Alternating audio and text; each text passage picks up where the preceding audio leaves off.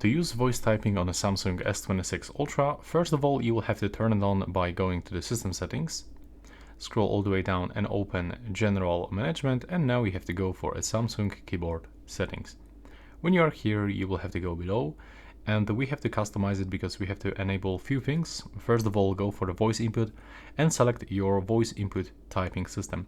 In my opinion, the Google one is actually better, so I can recommend you this one, but Samsung is also fine.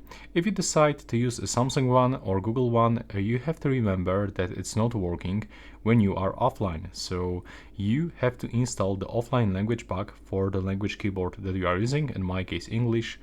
So I have to go here, and if the new version will be available, I have to actually update this to the latest version.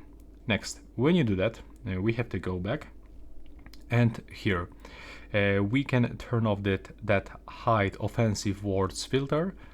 And right now, when we go back, we have to also go back one more time and open the keyboard settings, and just make sure that over here you have enabled the Google voice typing if you decide to go over the Samsung one, right?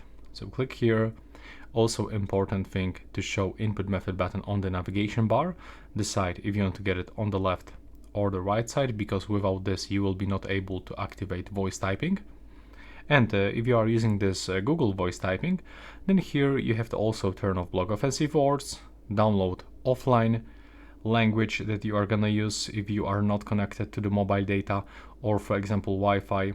Change auto update languages to the mobile plus Wi-Fi, and right now, when everything is fine, you will have to open your keyboard anywhere you want, and you have to click on this microphone icon that should be available on the left or the right side.